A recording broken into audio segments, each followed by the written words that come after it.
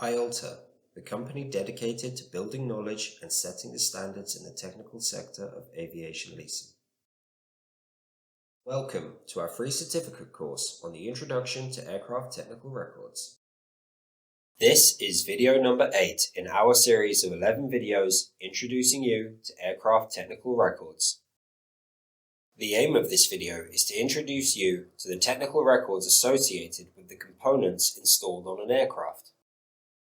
There are hundreds of components installed on an aircraft, such as computers, sensors, motors, valves, actuators, pumps, displays, switches, and so on. During airline operations, components will be replaced as a result of component failures.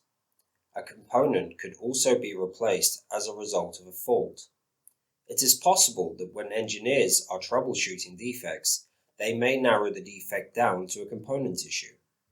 A component could also be replaced when it reaches the end of its defined life.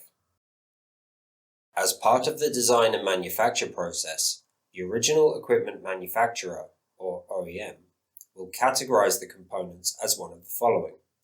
1. Hardtime components. 2. OCCM, which stands for On Condition and Condition Monitored. Or 3. LLP, Life Limited Parts. Let's start with hardtime components. A component which is hardtime simply means that the component has a defined life. The hardtime component will typically be counted in aircraft hours, aircraft cycles, or calendar days. The limit will normally be defined by the manufacturer, or OEM. When the component is close to its limit, the airline's planning and engineering department will issue a task card to replace it. Next are the OCCM components. These are further broken down into two categories, which are OC, on condition, and CM, condition monitored.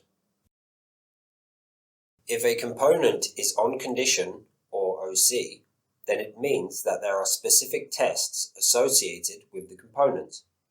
The tests will typically have a requirement that the component passes to remain in service, or even a physical inspection to determine serviceability of the component. This testing will typically be performed during one of the aircraft's maintenance visits in an MRO.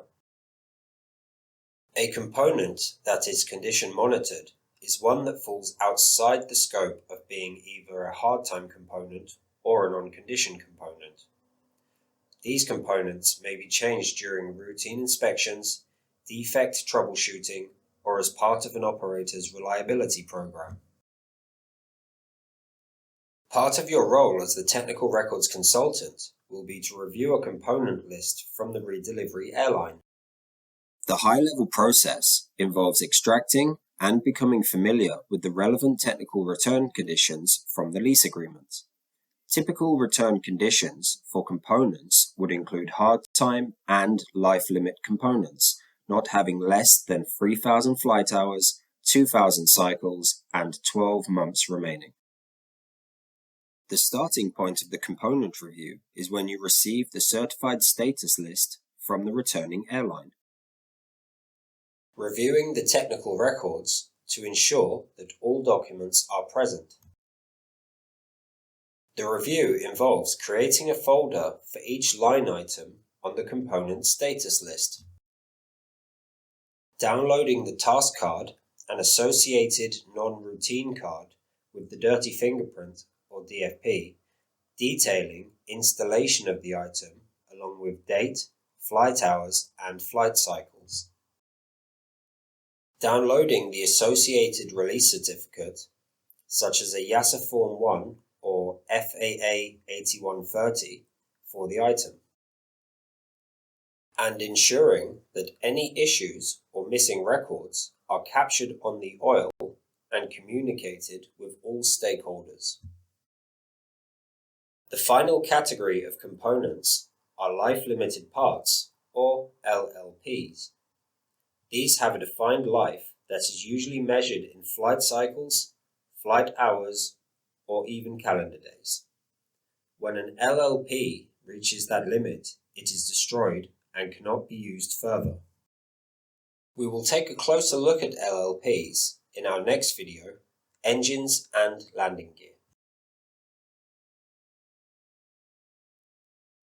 Congratulations on completing the video.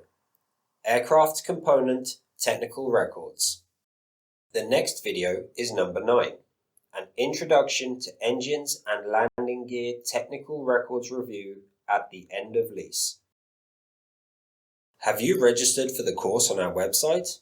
You will need to do this in order to complete the multiple choice questions associated with each video to achieve your certificate.